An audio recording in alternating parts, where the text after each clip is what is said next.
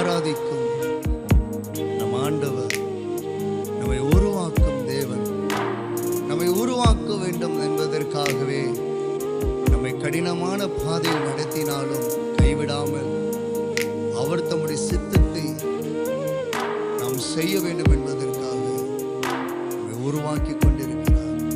கலங்காதீர்கள், அவரை ஆராதிப்போம், துதிப்போம். அவர் நமக்கு போதுமானவராய் இருக்கின்றார். யாரும் இல்லைன்னு சொல்லாதீங்க. கர்த்தர் நமக்கு இருக்கிறார், போதுமானவராய் இருக்கிறார். எனக்கு யாருண்டு கலங்கின நேரத்தில் உம் கரம் என்னை நடத்தினதே. எனக்கு யாருண்டு கலங்கின நேரத்தில் உம் கரம் என்னை நடத்தினதே. உடைத்தீர், உருவாக்கினீர், சிட்சித்தீர், சீர்படுத்தினீர், புடமிட்டீர், புதிதாக்கினீர், பிரித்தீர், பிரியாதிருந்தீர்.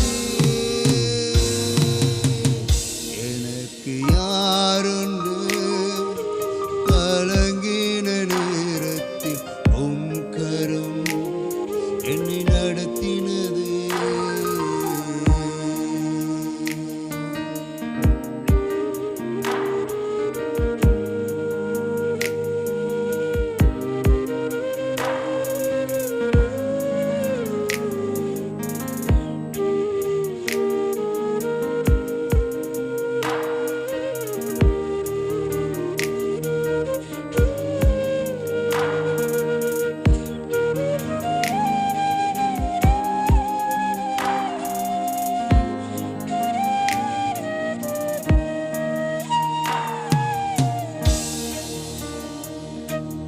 பள்ளத்தின் நடுவில் நான் நடந்தேன், அச்சத்தின் உச்சியை பார்த்தேன்.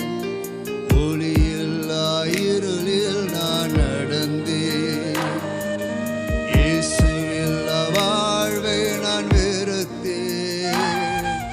பள்ளத்தின் நடுவில் நான் நடந்தேன், அச்சத்தின் உச்சியை பார்த்தேன்.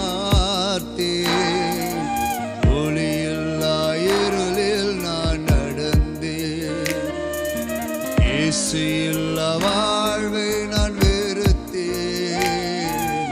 உடைத்தீர், உருவாக்கினீர், சிட்சித்தீர், சீர்படுத்தினீர், புடமிட்டீர், புதிதாக்கினீர், பிரித்தீர், பிரியாதிருந்தீர்.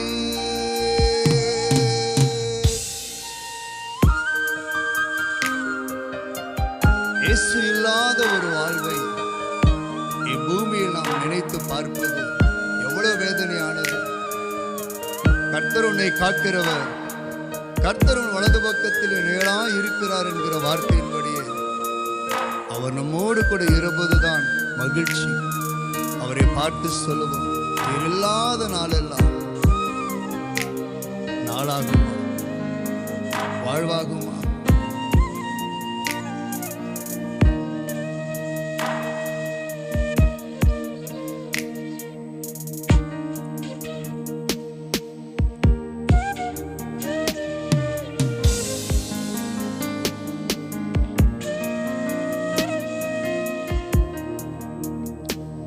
நீர் இல்லாத நாளெல்லாம் நாளாகுமா? நீர் இல்லாத வாழ்வெல்லாம் வாழ்வாகுமா? நீர் இல்லாத நாளெல்லாம் நாளாகுமா? நீர் இல்லாத வாழ்வெல்லாம் வாழ்வாகுமா? உயிரின் ஊற்றே நீயாவாய், உலகின் ஒளியே நீ